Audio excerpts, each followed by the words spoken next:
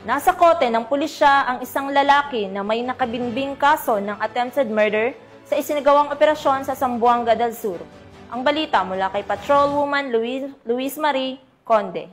Naaresto sa nagsanib na persa ng Criminal Investigation and Detection Group 9, Bayog Municipal Police Station, Regional Intelligence Unit 9, 1st Cavalry Battalion Armor Division, Philippine Army at iba pang law enforcement unit. Ang isang lalaki na wanted sa kasong attempted murder sa Purok 1, Barangay Conacon, Bayog, Zamboanga del Sur. Dakong alas 5 ng hapon nito lamang ika-15 ng Setyembre taong kasalukuyan.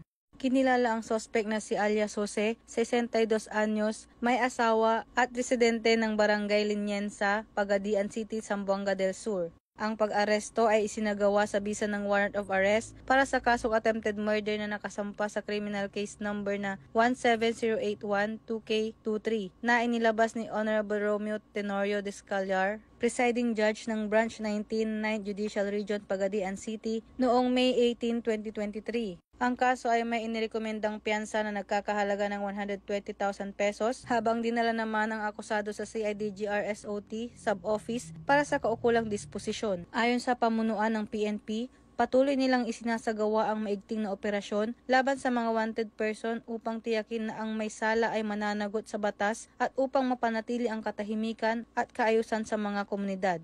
Muling nananawagan ang mga otoridad sa publiko na makipagtulungan sa kapulisan sa pamamagitan ng maagap na pagbibigay ng impormasyon hinggil sa mga taong may kinakaharap na kaso upang mabilis na maipatupad ang batas at may ihatid ang hustisya.